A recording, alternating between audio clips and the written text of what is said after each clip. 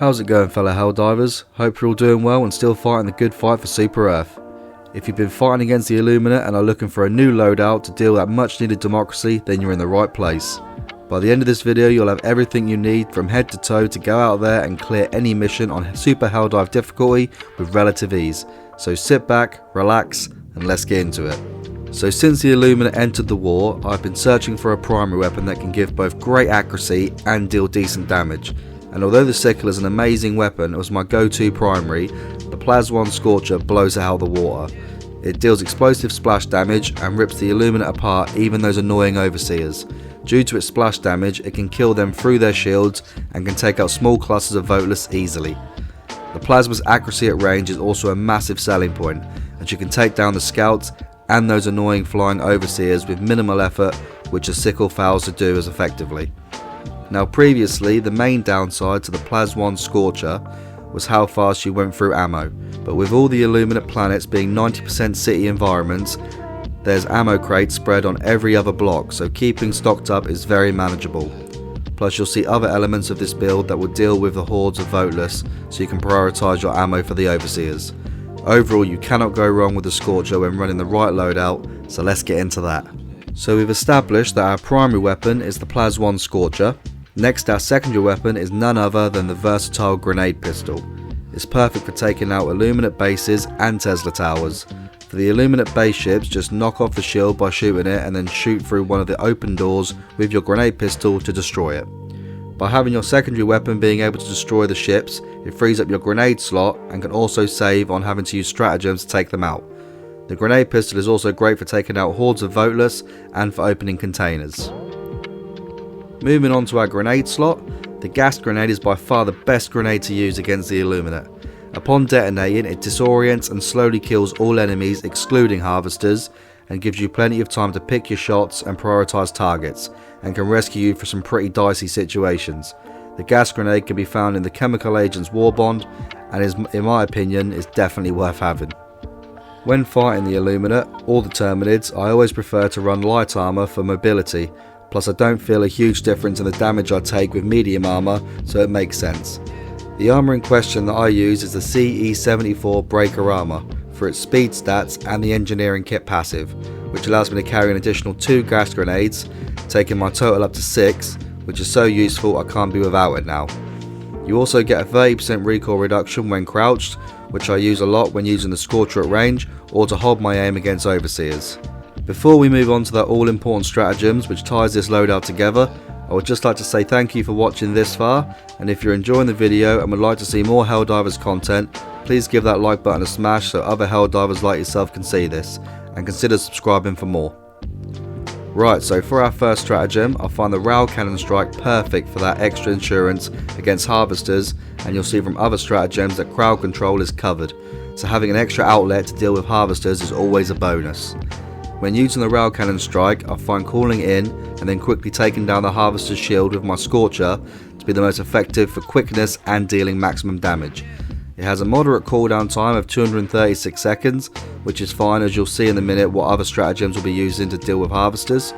And as an added bonus, it can destroy the ships at the Illuminate bases without having to take their shield off when you're under fire and need a quick and easy base clear. Next up we have the Anti-Material Rifle, for its amazing ability to take out those huge War of the Worlds looking harvesters with minimal difficulty. Once you've broke the shield, which is very easy, you can take down a harvester in less than 1 mag when aiming for the cables coming out of its body into its legs. Depending on who you ask, these are referred to as the top of the harvester's legs or its shoulders. Either way, aim for those and watch those harvesters drop like flies. Depending on your aim, the Anti-Material Rifle is also great for taking out overseers, whether they're on their jetpacks or charging you. The AMR is very effective against them. With harvesters, it will take some time to get your aim down, to focus on them weak points, but keep at it and you won't be disappointed, as from my experience there is not an easier, more consistent way to take out harvesters than the 4 to 5 shots with the AMR. The next best alternative I found was the laser cannon, but I couldn't get the consistency with it due to it overheating, and other stronger support weapons occupied a backpack space which I need and prefer for this build, so the AMR came out on top by a decent margin, and you can thank me later on for trying it out. For our third stratagem we have the AR-23 Guard Dog for its personal security and impressive damage output.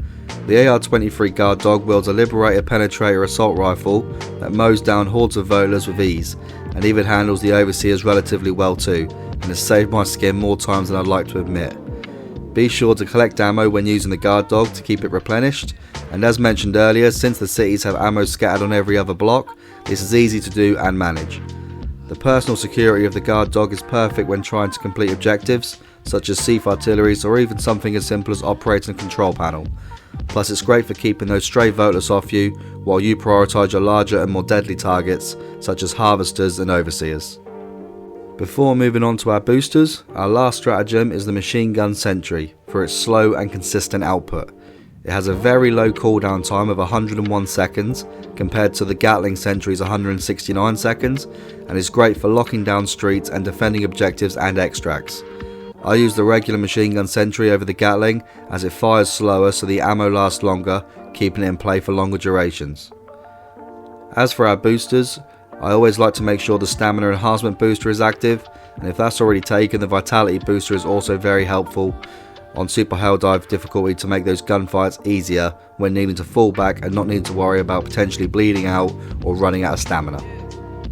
I hope you all enjoyed this video and got some useful information from it. If you have any tips or tricks when fighting the Illuminate, please be sure to let us know to give us all the edge out there.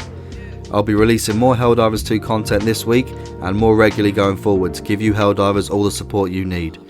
If there's anything you'd like to see covered about Helldivers 2, maybe some updated builds to use against the Illuminate, Automatons or Terminids, or some tips and tricks for Super Helldive difficulty, or anything in between, please be sure to give this video a like, leave a comment and hopefully subscribe for more.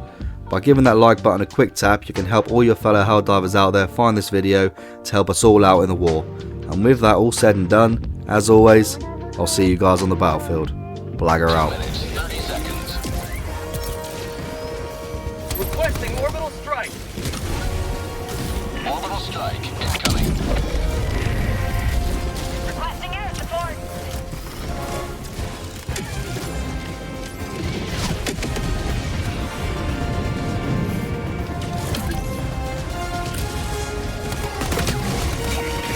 How'd you like to taste of freedom?